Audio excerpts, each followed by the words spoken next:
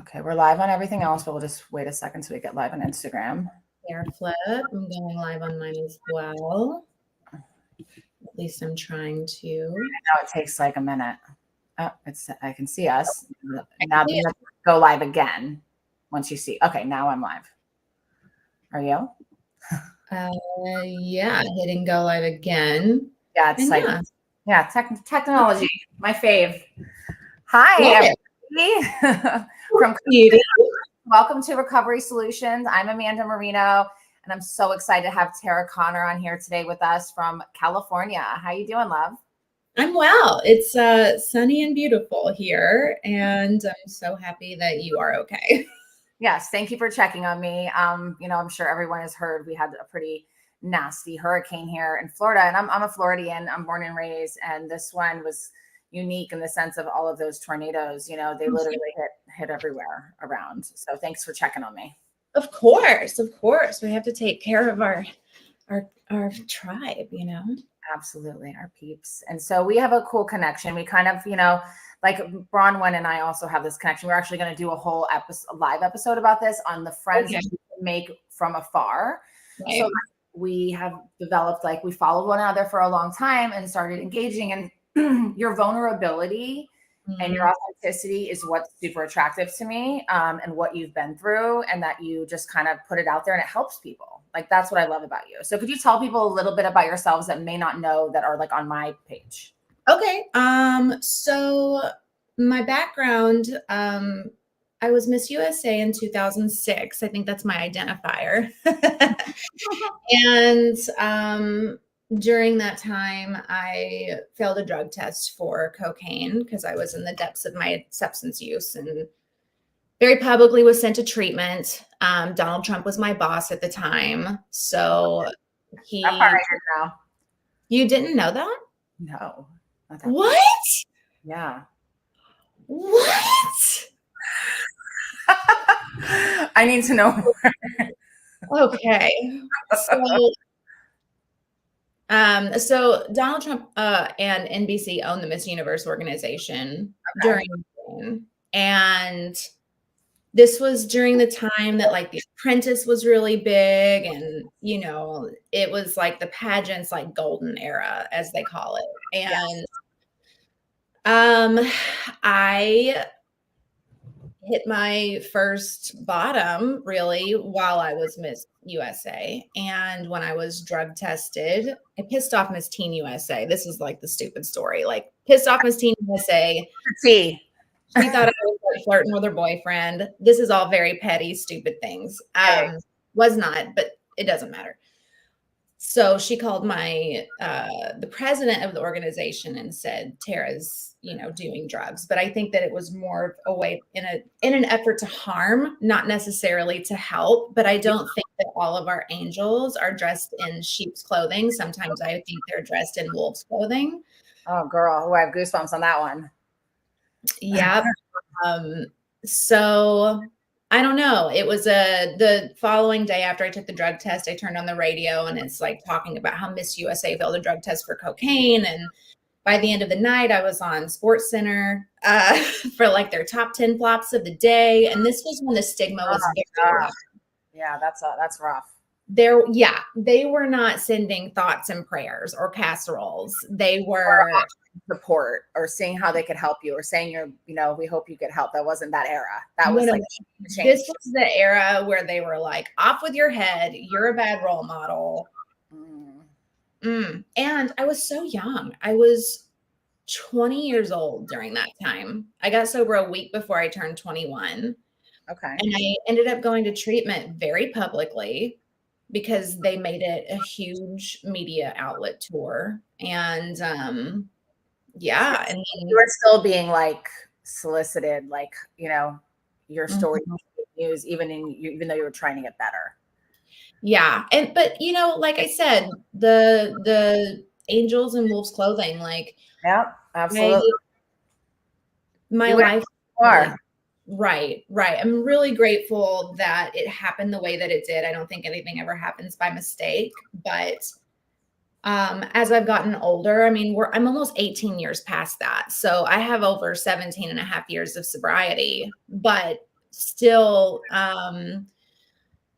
sometimes I'm considered like the antichrist of the pageant community because of my experience, because I was so, oh gosh, I don't even know how to, it was just sensationalized. That makes me love you even more, because I like those of us that are like ceiling breakers, and like we're the ones that are like, it wasn't okay what went on, right? And like hopefully if they continue to do these things, they do them better. And if you've helped that in any way, then like hell yeah, you're helping young women. Yeah, I mean, I really do feel like the experience in and of itself helped other title holders that were coming through after me. And I was actually able to anonymously help them if they were struggling with like eating disorders or substance use disorders or just trauma. Like they were able to, I kind of helped give them the blueprint on how to navigate that situation with more grace. So it was something that I feel we all had to grow through. Absolutely. I'm going to raise this up because I don't like how low I am. I'm post hurricane over here, so I'm working with what I got. Girl, like my kids love her. It's I'm a tired mom. You don't look it, baby. Thank you. I'll take it. Say it again, but slower. I mean, I'm at the other end of the spectrum. I've shared with you, like, my first baby is 19, and my little one's 12. So I have a middle schooler, which is a whole nother element, right? Like think about what started happening with you. Yeah. So we can go into like our title, Yeah. Sexual abuse, survival to thrival. I thought that was important because some people are like, I'm a sexual abuse survivor. So right. When my little girl started to turn a certain age, it started to bring up things again, right? Like I used to think that trauma was going to be like, my sexual abuse was going to be like this thing that I dealt with, and it was going to be here and it was going to be good. It's not that. No, not at all. Unfortunately, but it's okay. Yeah. I mean, my little girl is going to be 2 in December, and my sexual abuse started when I was 3. So yeah. It's incredible how becoming a mother to a daughter completely reinformed some of my relationships and decisions and things that I would take in the past that I absolutely will not accept today. Because I will not allow her to see her mom allow someone to misuse or mistreat her. Absolutely. So I had a few false beliefs prior to, working on myself for the past almost 18 years. Yeah. I believe that I was broken, dirty, and damaged. Yes. And that people that went through what I went through were meant to be messed up. And I was lucky I wasn't worse. And then also I used to say that. What did you say? I used to say that, like, you're lucky I didn't turn out worse. Yeah, that was my chalking up to that. Like, I'm good. And then I also believed that I was going to be a child abuser because I was abused. That was another thing. As I was pregnant with my son, I was terrified because that's what you heard. Like I heard that because I was so young, I was 24 and I was still so messed up mentally, so those were the two things that I had to really work through that were just like things that were kind of like, and they make sense and they're valid, but that's not even surviving. Yeah. So what are things like? I think, gosh, I just really relate to the dirty, damaged, and the shame that I felt, like when I was so young. And I never believed as I was growing up that I would be or find any relationships that weren't conditional. Yeah. And also a lot of abuse survivors do have like act out sexually at a younger age, which I was definitely one of those. But that's kind of what I was taught what love was. Yeah. So when people were calling me the town trollop, it wasn't because I was trying to be a big hoe bag. That's all I knew. Just like how you said that. So for me, like I share this, but I'm mindful my daughter's upstairs and she's 12 and she hears everything. But I would like, before I had even like done anything with a boy, I was labeled that separately. So like, so when I was labeled that and I felt the way that I felt, like I was like, well, let's just play that one out. You know what I mean? Like, let's just make what they're saying true. I mean, I might as well. I mean, listen, it's a very lonely feeling when you are an adolescent that's trying to navigate adult situations that you don't have a developed brain that's capable of navigating. And so you kind of start to create these very peculiar belief systems to protect yourself. And I'm sorry, my dogs are. No, babe, I got two that are being quiet right now, and I guarantee you they're not going to be this whole hour. I have 3 dogs and a Maine Coon, and the Maine Coon and my oldest dog just yeah, it's insane. I actually just had another crazy situation that happened that I haven't told you about. Is this the confronting one? Well, no, this was after the confronting one. This happened like because that's what made me want us to talk about this here. Like that, I mean, us connecting on a talk, being abuse survivors to thrivers, not to define us or beat us down anymore. But like when you shared what you shared with me, I was like, whoa, like, I don't know, like it brought up a lot of stuff for me of like, that was like, I was super proud of you, but I was also like, it brought me like it made me scared inside. You know what I mean? From myself, which had nothing to do with me, but like I was putting myself in that situation. You know what I mean? Yeah. Well, I was running a group at a facility that I work at, and one of the clients were talking about how they confronted their abuser. And Gracie, Lord help. I have the same thing. I have 2 really bad barkers. Like they just don't stop at everything. It just is what it is. There's nothing I can do. Right. And protecting the house. They're doing their job. They're doing their job. There you go. Anyway, so my client was talking about how she had confronted her abuser. And for some reason, like my blood just began to boil in my body. I don't like if I get hit with like a real deep conviction, whether it's, and I don't mean that in a religious sense, just like my spirit was just like convicted. And it was like, call him. Call him. Just call him and see what he says. Can I tell you what? When you shared it with me, I went and looked up mine to see if I could find him. Swear to God. Stop. Wow. I haven't told any person that I'm sharing that on a public thing, but I looked up because I was like, what if I wanted to? Would I ever be able to? So I just wanted to side note you. So what you felt from that client, I felt from you. Wow. So you get it. Yeah. Yeah. And that's another cool thing about, I mean, listen, we're probably going to jump all over the place because we have so many parallels, but that's the cool thing about recovery and having like a tribe that totally gets you if you've got a substance use disorder or mental health issues. Like it's like the worst club with the best members, right? I love that. And it's 18 years, 17 years of recovery to be useful. I mean, this was a client with less than 30 days that inspired me to take my journey on the next level. Yeah. And, so to give like people more of a backstory about my experience, I was molested by an uncle when I was 3. And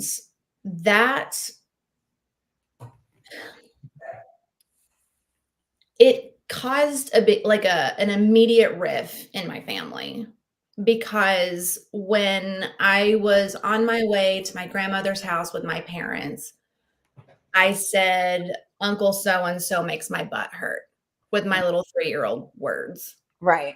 And was losing it. Like I was just losing it because go there. Right. And he used to babysit my brother and I. He was a teenager. And, I kind of what you said in the beginning, like generational trauma, like repeats itself. Like, my mom is religious and she says the sins of the father fall on the son or something like that. And so I think that there's been probably a history of incest or sexual abuse in that side of my family, which not to be like, most people have that in their family. It's unfortunate. It's a fact of life. It's more common than people would like to admit. Some people never ever tell anyone. So if you are listening and you haven't told one person, tell one person. It's going to take a huge load off. You don't have to tell the world, just tell one safe person. Yeah, not everyone is like you and I, like, like I have feelings here. Yeah. But this whole month has been a little weird because I confronted my abuser after not speaking to him for over probably 15, 16 years. Wow. Because it took me a while into my recovery to like start thinking with more of a well prefrontal cortex Yes. where I could actually be like, oh, I'm putting myself in a position to be harmed, trying to keep the peace with family. And where I should have been protected and believed. Yes. Yes. Um, You said becoming a mom like that. yeah, I mean, so when I did confront my abuser, who was also accused of and indicted for assaulting his own children, the narrative that that one of my family members has created is that it's my fault that those things happened to my abuser. Because I'm a great storyteller. So not only am I here, at 38 years old, I'm still having to not defend, because at this point it's not mine anymore, but like I should never have to give extreme detailed information about my assaults, plural, in order to be believed. Absolutely. And that's insane. To not be validated is one of the hardest. I mean, like you said, now it's not yours, but all that time of not being right. validated spiraled and hurt you. Especially when it's coming from like a parent, like my father has just, it's been very difficult because as an adult child, you don't want to have to separate from a parent. That's one of the hardest decisions that an adult child can make. Yeah. But we're just at different places, but it still has kind of exiled me from that side of the family in one way or another because everyone breaks bread on Thanksgiving. Yeah. You're not going to break bread with people that harmed you or didn't support you. Yeah. And I've forgiven my uncle, but it doesn't mean that I want to sit down and break bread with him. Right. So when I made the call, I asked, what do you remember? And it was just like, about what? And I was like, what do you remember about babysitting my brother and I? And he was like, I don't know what you're talking about. And then I was like, you don't remember playing doctor with me? And then it was, I don't know what you're talking about. I don't remember that. You don't remember having a stethoscope and what you did with the stethoscope. You don't remember that. Like, I know this is a little graphic and it could be tricky. It's okay. I think that I think we're in you're in safe space with me. And I think that people here as comfortable as you're willing to share. And I'm, I'm in the spot. I'm an open book, unfortunately. And I'm pretty sure I'm like, some people's worst nightmare, but it is what it is. Like, don't do that shit and then it won't get talked about. Anyway, so so as I went into the details, what I kept getting was, no, I just don't remember that happening. I just don't remember. And I was sitting there in the conversation, blood boiling, beginning to cry. And I just felt in the moment so defeated. And then I thought about all of the people who have had a similar experience who just aren't believed. Absolutely. It's your word against theirs. And so I realized in the moment, like, I'm never going to get the validation that my little girl's been looking for. So I have to give that to her. And then I realized, like, I don't need anyone to admit it to know that it was the truth. Yeah. And that's so what did you go, Did you go in with like expectations of anything, or did you just go try to, because you kind of felt like called and divine? I raw dogged it. I like said a prayer.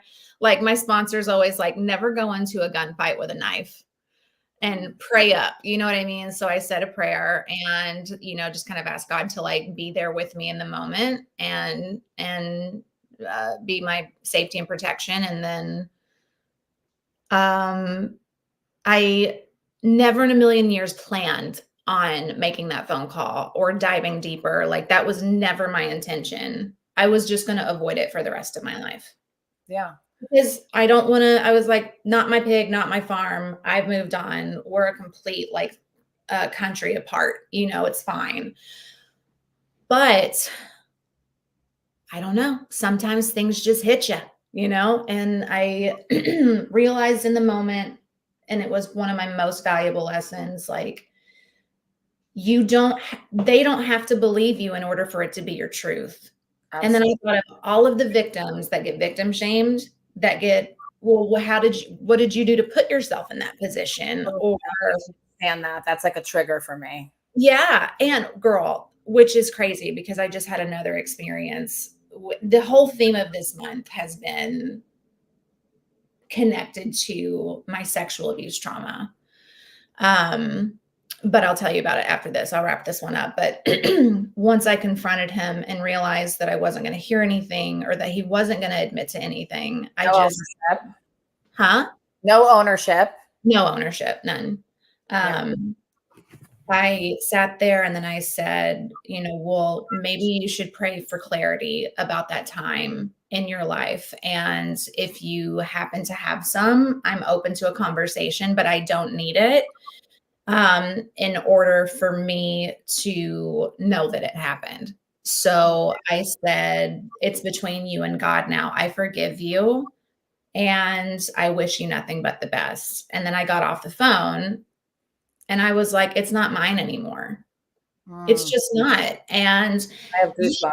Yeah, like the longer that I sat on it too and kind of like processed it with some of my closies, I was like, hang on a second. If the story or the narrative is that it's my fault that he lost his own children, why would he answer the phone? Like, why wouldn't you be like, if someone accused me of doing that to my child, I would never, it would be, listen, Cassandra would come out and all gloves would be off. I would not be treating them with love.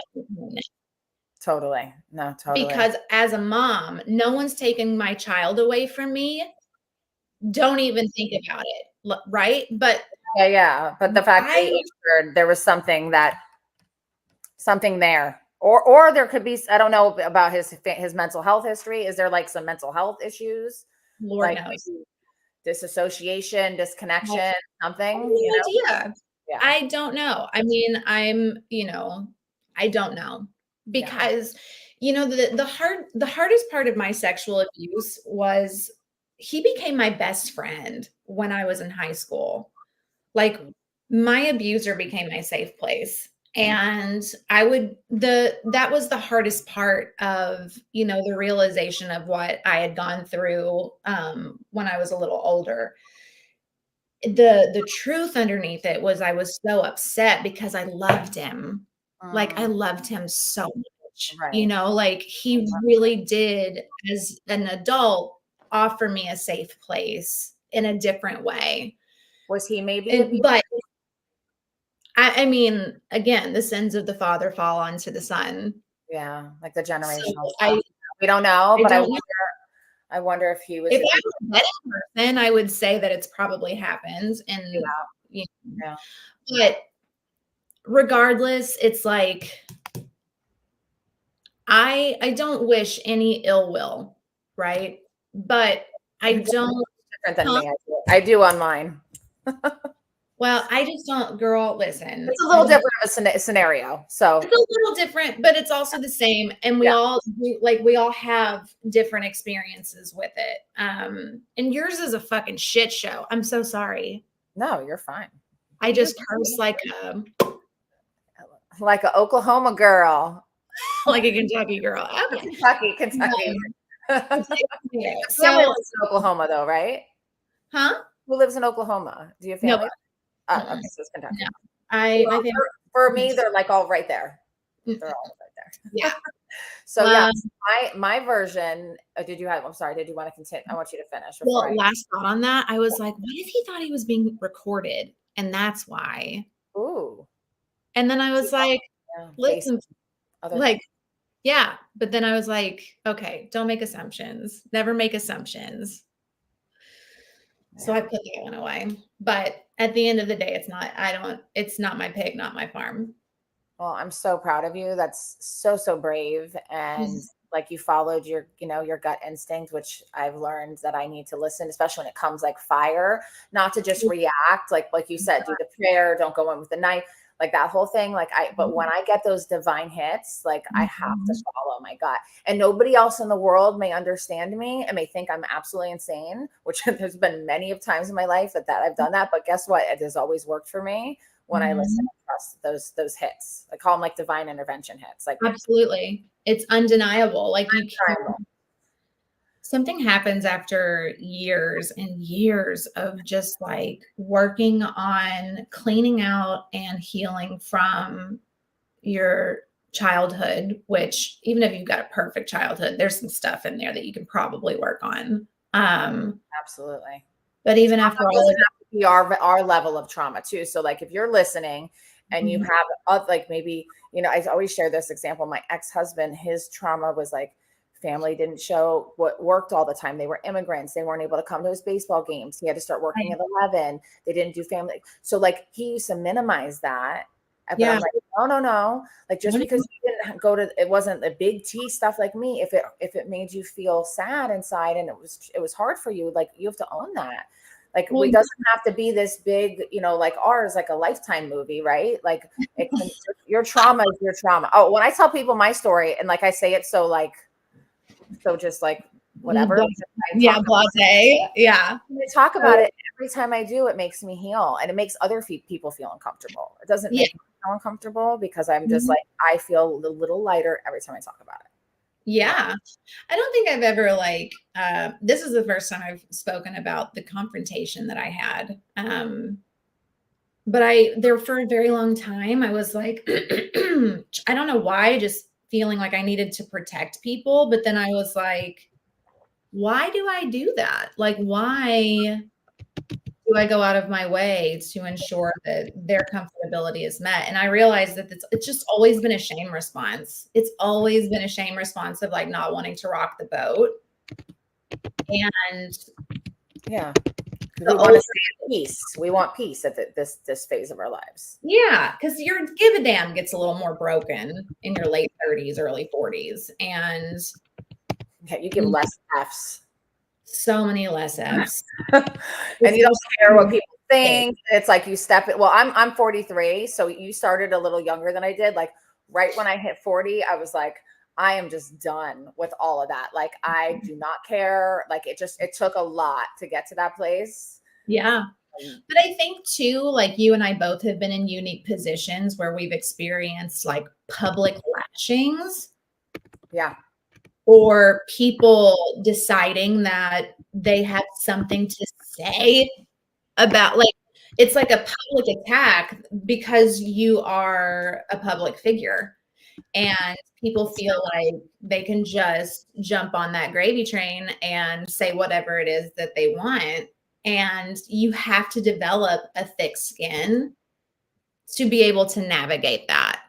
Yeah, absolutely. And listen, I have the thick skin when it's like a onesie twosie here and there, but when it's like boom, boom, I'm just like, whoa, I can only take so much, Right. It's not fair. I don't care if you put yourself in the position. Everyone puts themselves in the position these days. If you have any social media at all, I don't think that anyone deserves to be just picked apart like that with impunity, like nothing happening. And they don't know. Listen, this is what I envision. They don't know me. And if they do know me, they don't really know me. If they think they know me, they really don't know me.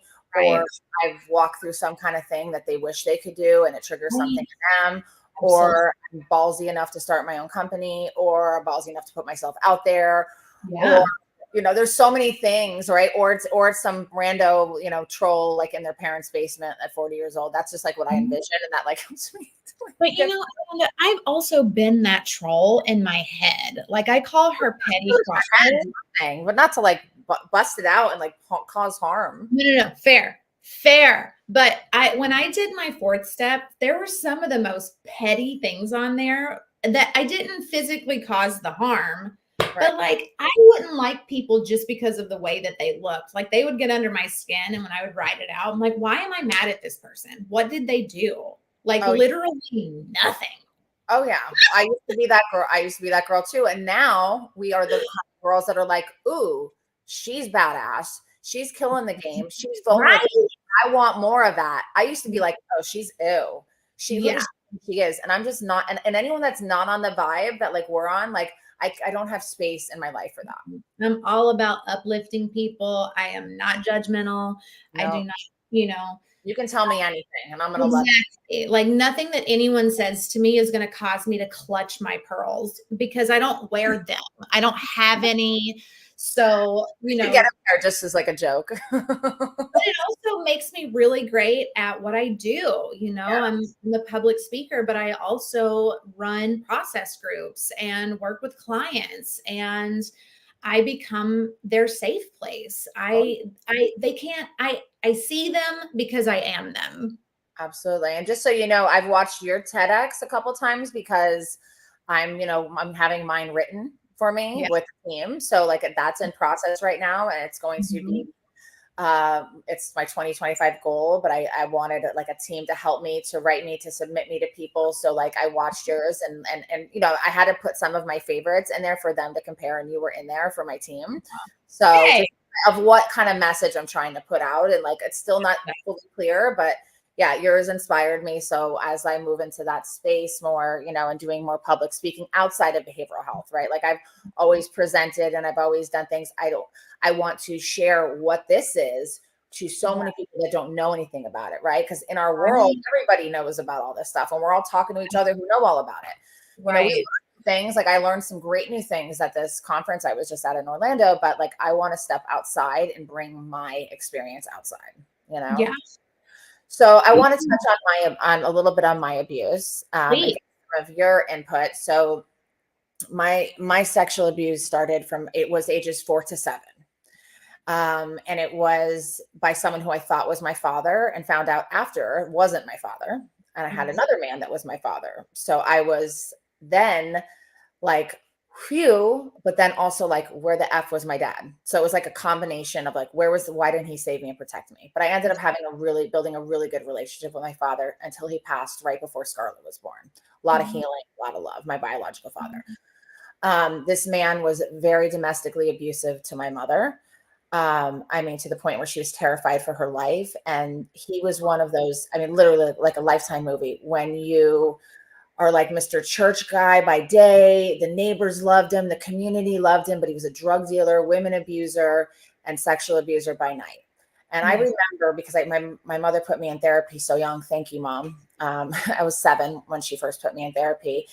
And I had like great support. Back in the day, this therapist, Dr. Kathy Geyer was her name. She was amazing. She would take me to McDonald's and like play with little cars and get me to communicate in that way back then. Yeah.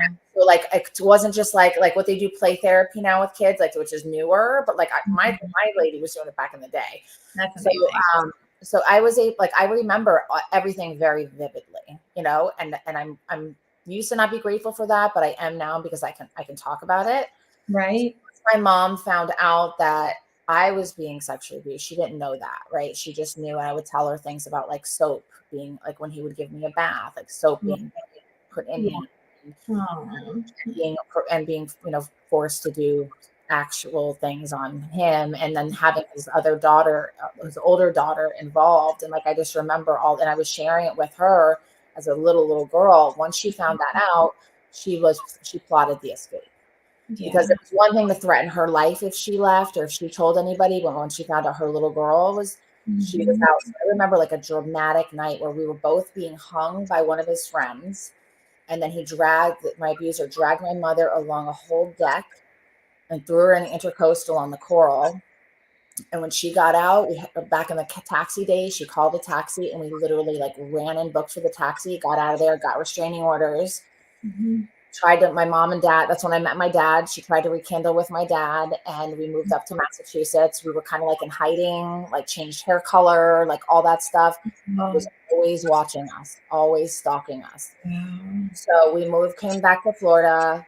And then my mother was a nurse and she was working at a psych hospital. She was a psych nurse working at a psych hospital. My grandparents were watching us and he hired somebody, you know, like lawn maintenance day when there's like a million people doing like maintenance, and he was blended in with the guy to do lawn maintenance, and he knocked me over my bike, grabbed my sister, and ran for the road. And I'm screaming, going crazy. People are coming over their houses. And then I see like the getaway car come around. I see a car and I'm flagging it down, and it's my abuser driving. Wow. Her and taking her out of the country for a month. And nothing happened to her. But you know, she was brought back a month later and it was like on the news and everything. I wouldn't go outside of my house for like a year. Well, why would you? I was terrified. Well, yeah, I mean, of course you are. That's horrifying. Yeah, it's crazy. And then like at that age too, because you are like preteen, seeing that kind of, like, you're more aware. You know what I mean? I was 7 when this happened, when the kidnapping happened. Well, preteen, yeah, but you know, like, it's like that phase of development where you can still remember very specific details of your experience. Yeah. And it was crazy. Like, you know, my he ended up, you know, serving time and then got deported out of the country. So thankfully, you know, all of that. But that's why, like, I'm like, I'll never have to face him or see him. And I was able to confront him until, or press charges till I was 18. And when I was like 17, I was like, you know what? I just don't want to bring it back in my life. Like, I've done a lot of healing. I don't want to do it. Yeah, but that's the thing that so I want to bring it around now, because I just had an experience the other day at a facility, and one of the higher credentialed people there was basically asking me if I would ever cheat on my husband. And I was like, yeah. I was like, no. Hell to the no. No. I love my husband. I actually like him. You know, not everyone has that. Yeah. But it was like, would you cheat? Or it was like, at first it was, do you cheat? And then it was, would you? And then I'm like, what is going on? But it gave me that ick where I did this, you know, like, and then after he realized that it wasn't going anywhere, he was like, see, that's why I love you. You guys are great together. And I'm like, you just asked me if I would cheat on my husband. And so tactful too. Like, well, and it was in the workplace. Like, it was between groups. And like, look, I get it. If someone, you know, gets a crush or says, I've had a crush on you or something like that, that's one thing. Like, I feel like you should keep that to yourself, as I am a married woman. But also, did you really just ask me if I would cheat on my husband? And I'm his subordinate. Yeah. Oh, yeah. And did that break for you? Yes, because on the way home, I just felt I had a shame response of,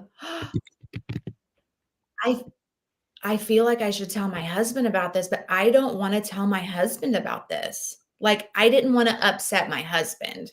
Yeah. And then that thought crossed my mind of, wow, that's a huge chunk of some of my income. But I don't feel safe going there. Yeah. Because I don't want to have to like play nice or act like nothing happened, which just brought up all of the stuff from my childhood shit of playing nice and acting like nothing happens. No. So are you going back? I mean, all of it. And so I got home and told my husband. No, no.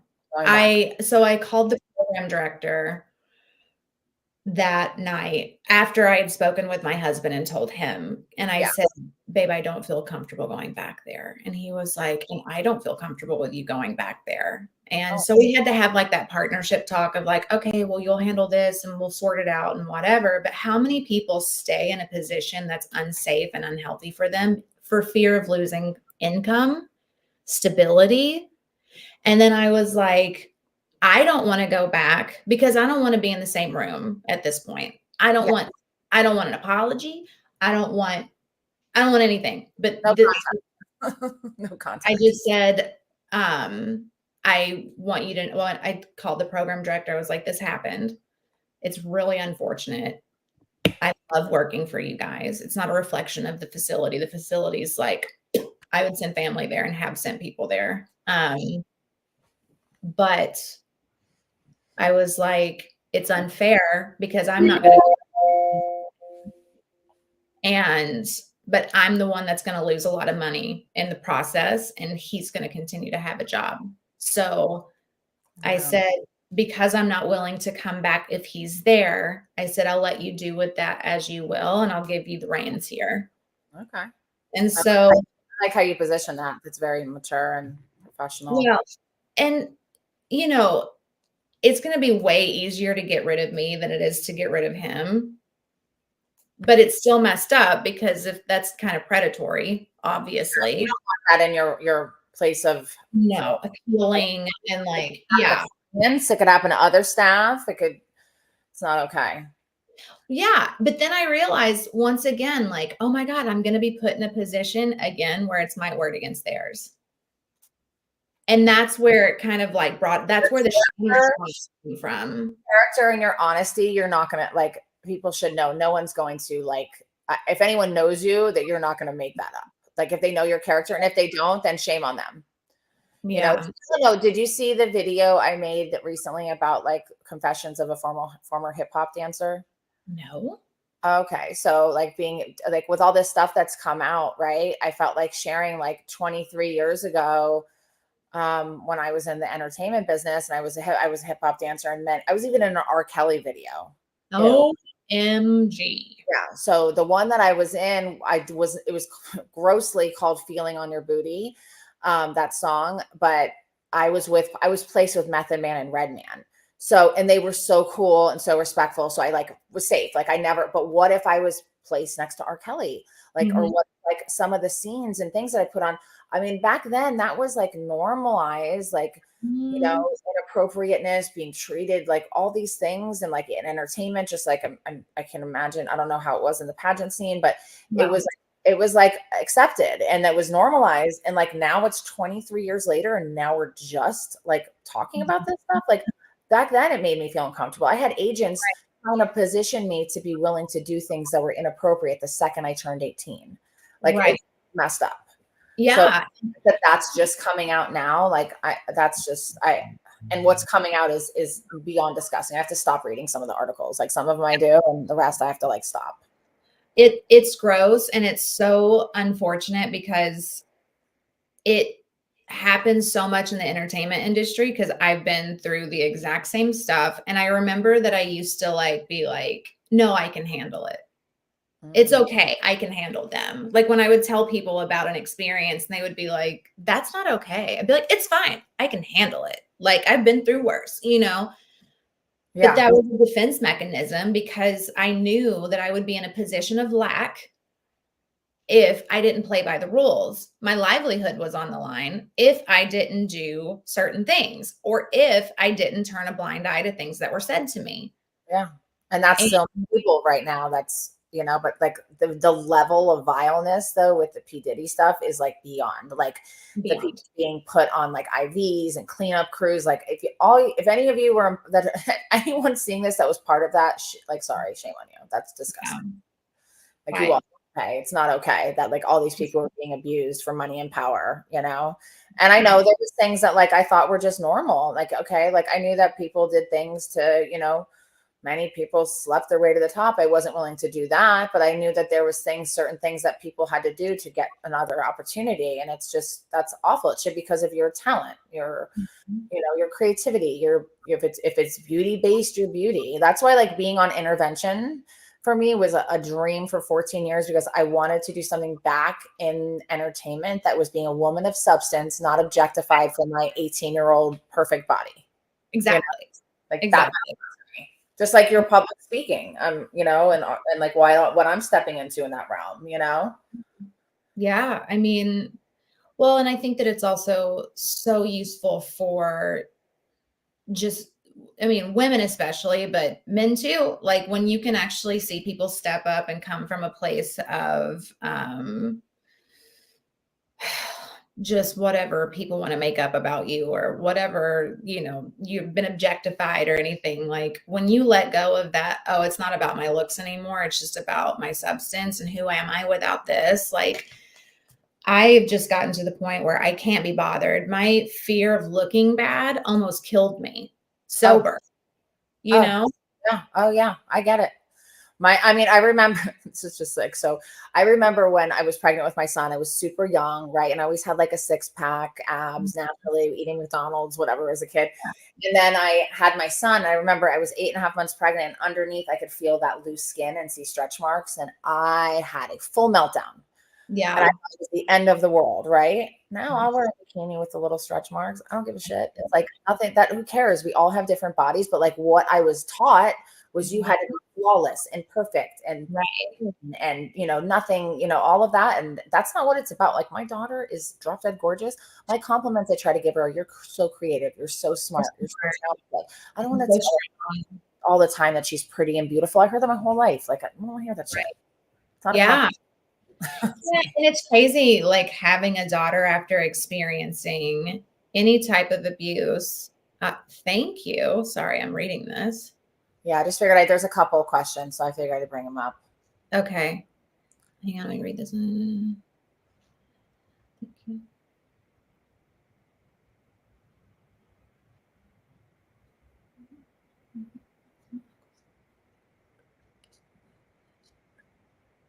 Does it continue? It continues, but I can't see it. I don't see the continuation. Oof. So, I don't know. I don't know. It's kind of broad to answer. But if it felt uncomfortable to you, like I would address it if it's a family member, that's kind of my 2 cents. Tara, what about you? I don't know what the last comment was or the second part of that, so I don't really know how to like respond to it. This one caught my eye shocking. I believe I saw an uncle stop on the around kiss the boy on the lips in a private way. Yeah, I mean, if it gave you the ick, like there's probably something there. Anytime that I see something that gives me the ick, like we all have that internal like ick detector. It's like kind of like your God consciousness voice, is what I call it. Yeah. Or most often we pull it off, but that's what I was saying. It's so common for these things to happen. And not everyone is comfortable talking about it. Even with my husband, he went through things when he was younger, and because it was by someone who was similar in age, but they were all kids, and that's what kids do. Like, when I talk to people about like adverse childhood experiences and sexual abuse, I love that they say, before you were 18, did someone 5 years older touch you in a sexual, physical, emotional, bad kind of way? And it kind of changes the perspective because, for men, if they had a babysitter hook up with them when they were 12 or, whatever, they're like, boom, that's amazing. But that's sexual abuse. That is trauma. Yeah. And we're all so afraid to say or believe like that happened to me. But if you just listen to people talk enough, you're like, what? Yeah. That's real. There's trauma another and abuse. For me to find my freedom from all I've grown through, I found a huge key for me was to forgive myself for the subconscious beliefs. Have you both found that also? Absolutely. Yes, Um, absolutely. I have Yeah, a because for questions, so I'm going to peek over there real quick because it's on another thread. I don't see it. yeah, but Michael, yes, some of my subconscious beliefs were religion based. Like if you drink, smoke, have premarital sex, you're going straight to hell. And even though in my head I was like, that doesn't make sense. I don't believe that an all loving God would treat me that way when it's something that's not my fault. But there would still be that like agnostic tendency of like, I believe that God's there, but I just don't believe that I measure up to being worthy. Um, and then I held a lot of shame for missing my uncle. Like I missed him because, like it or not, he was a safe space for me. And once I really got to the layers of truth beneath the truth, I'm absolutely able to forgive myself for those subconscious beliefs. And also I look at that version of me and I'm like, you did amazing. Well done, sweetie. Like, I've got you. Yeah. Yeah. You know, that was not my fault. I'm so grateful that I was able to get past those beliefs, right? Those like what I said, the like I'm dirty, I'm broken. Like I had a struggle for many years with like either being intimate sexually or like just like love and sex could not be one. And that comes from being a trauma background, right? I have done so much work that now is not a problem at all. It's like a beautiful thing. But like I was scared for a while that I wasn't going to be able to ever have that because I associate it was like a dirty thing to me, or it was a love thing to me. And I hear that even with men and women, like a lot of people struggle with that. And so like I'm just so grateful that like with a lot of continued therapy and a lot of work that like I've like really healed through that part, and I continue to have new layers of healing. Yeah. And there will be even more, I mean, as my daughter grows, I'm going to watch her hit those milestones of where similar things or where things were happening in my life that I'm trying to protect her from. But I'm also trying to like not live in constant fear and just be like, you know what? I've created a safe, warm environment for my child.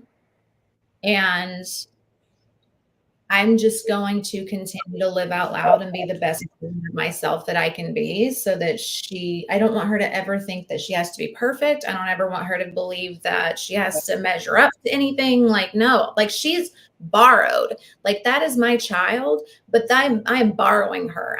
God gave me the responsibility of raising this very specific child. Yeah, same. They chose us like through God. That's right.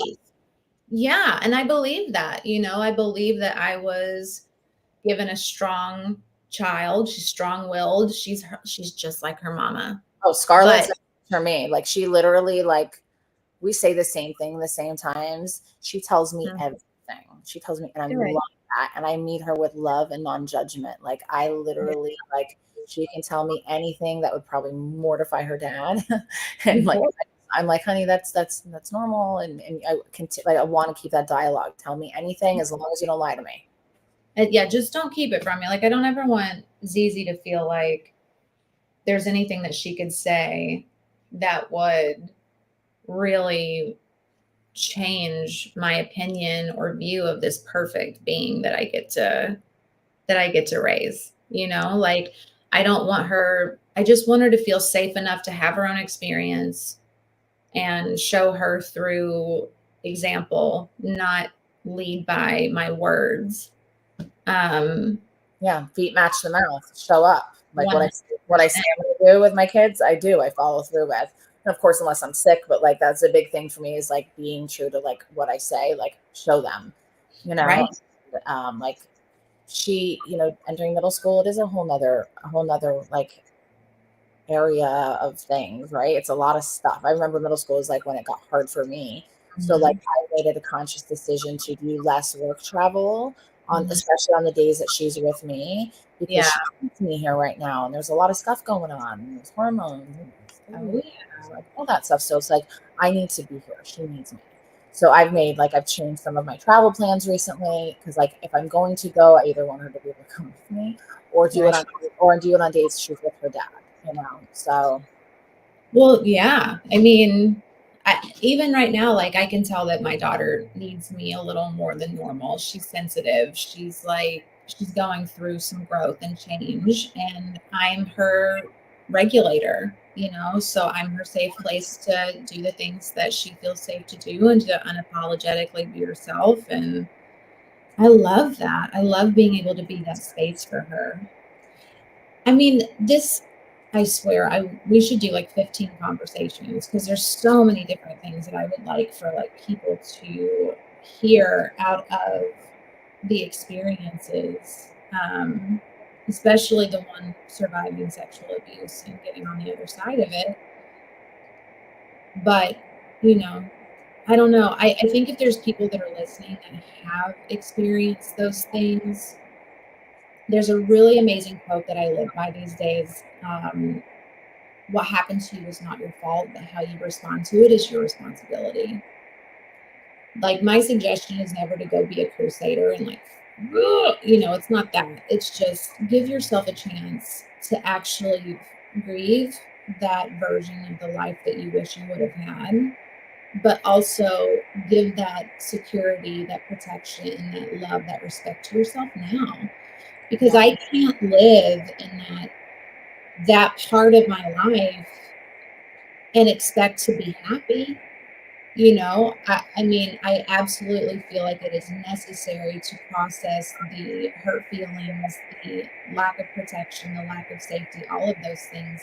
However, sometimes, especially if you have a substance use disorder or mental health issues, we'll continue to ruminate and chew on those things, and we'll never find happiness or joy, which usually will lead to like some sort of relapse, whether it's with your mental health or with your drug of choice or whatever it is. But absolutely. And I know that when you're saying like it's your responsibility, and I know that you and I, when we come from a loving place when we say that, because some people may be like, oh well, now because I was hurt I have to. So it's not that. It's that at your own pace, give yourself some grace, and know that you don't deserve to have to keep hurting yourself because you're hurt.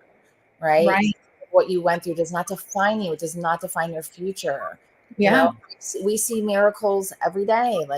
And it's okay that it hurts, and it's okay that it's taking you maybe some dark places, but you deserve to thrive, and you deserve to heal, not just survive, not just scrape by.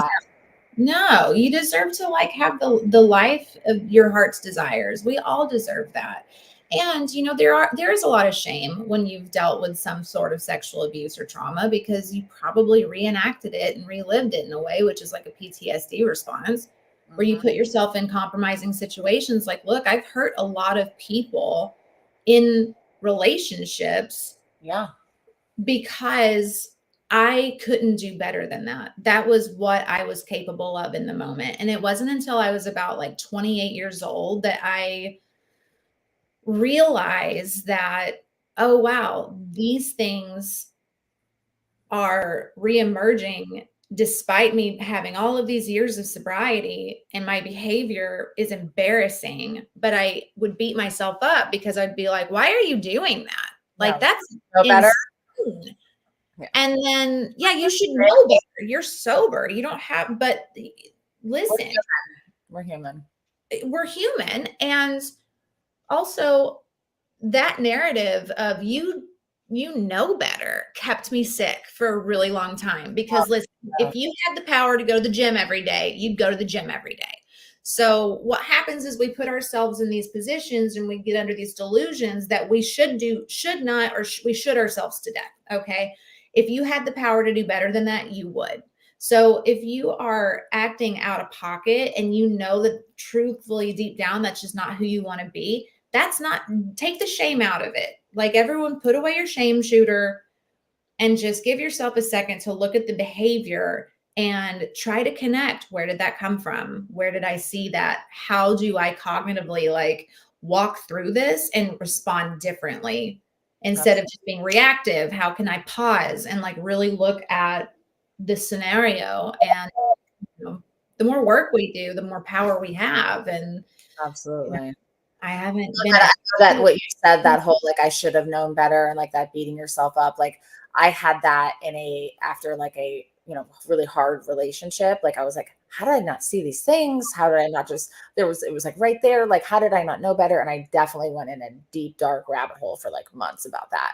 And then what I've learned from that and all the things that have come from that and loving myself back to, to knowing, listen, it was what it was. It was what it was meant to be. And it brought me to this moment now, just kind of like all the other things. And, so like, what's like, since we're at an hour, what would you like to say to anybody that, is struggling and wants to be able to be in the thrival place of from their sexual abuse or whatever kind of abuse?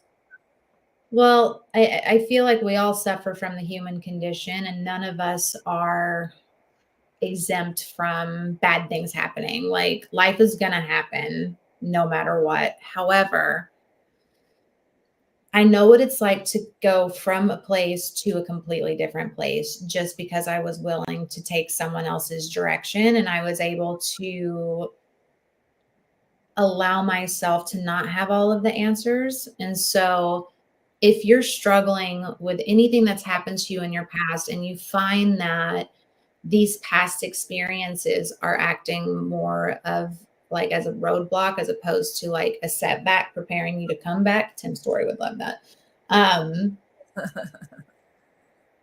We all deserve respect, protection, security, love, patience, everything. We all deserve it. I don't care who you are. I don't care what you've done. We are all deserving of all good things. And so we have to operate from a place of believing that. And once we finally get to that place where we're like, no, I do deserve that, you start to level up everything else in your life. So if no one has ever given you the space to feel safe to come forward or like just to talk about the things that you've struggled with, I love you. If you feel like no one would ever love you, I love you. Like, I mean that. I love you leveled it. Yeah, I love you. Oh my gosh. That's like what I tell my clients all the time. I'm like, I love you guys. Like, I really give a crap about what happens to you. I absolutely do, especially thinking I never was going to get out of that, and you do in your healing process, like, because I thought that I could never have like a healthy love. You can have the love of your dreams and the relationship and the partnership of your dreams, even if you've been through all this stuff, right? Even if you like that's not possible for you, you can have all the things you want for you as healing. And you can also have the life of your dreams, making them come true. And you can also have like that safe, healthy love, which I know both of us like cherish. So we've connected that we have. Yes, absolutely. And again, there's another side of it. When you decide that you're ready to level up, like just do it. You have to become your own reason for living because unfortunately, not everyone's going to act right. And not everyone Really? able to if I live in a world where I need people to act different in order for me to be okay, like I'm screwed because everyone's suffering from something. So yeah, from being this, broken, damaged, trollop that I used to see myself as, I'm an amazing mom.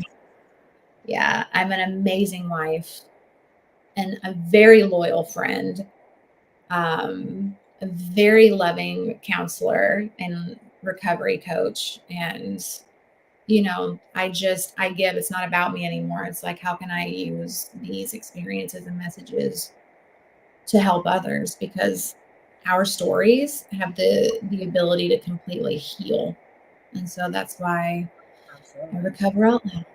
That's why we are outspoken and makes that's why I connected so much to you over like a very long time. It was like a long build.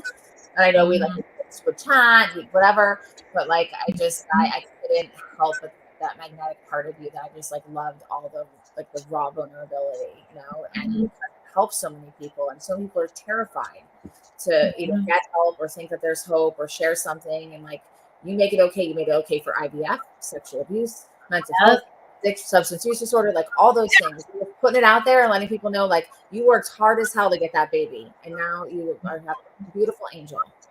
Yeah. Yeah. I mean, thank God for my life. I am so grateful. Me too. After coming back from that conference, I had a whole new level of gratitude from everything in my life. I was like, I am so thankful. Thank God. Every day I end it with thank you. Thank you for my life today. Yeah. Awesome. Well, thank you so much. Follow. What's your Instagram, Tara? Tara E. Connor, because somebody stole Tara Connor back in the day. Yeah, I couldn't get Amanda Marino. Someone tried to like sell me amandamarino.com for like $200,000 or something crazy. Oh, yeah, that happened to me too. And then they were like, wait, this isn't worth what it used to be. And then they gave up. I was like, yes. And so I got TaraConnor.com. It was ridiculous what they wanted. It's still, I think we got it down negotiated to like 45,000, but I'm not paying. I'll put amandamarinoofficial.com. Don't do it. Never. Ew. I wouldn't even pay 1,000. Yeah, thank you. Good. I wouldn't pay like 100 max. I was like, oh, black. It is blackmail. Yeah. Well, all right. Thank you so much, Tara. Follow me, Amanda Marino Official, on all platforms, and Amanda Marino on the ones that are not Amanda Marino Official. All right. Thanks, Tara. You're an amazing soul. love you. Love you. Thank you for having me. And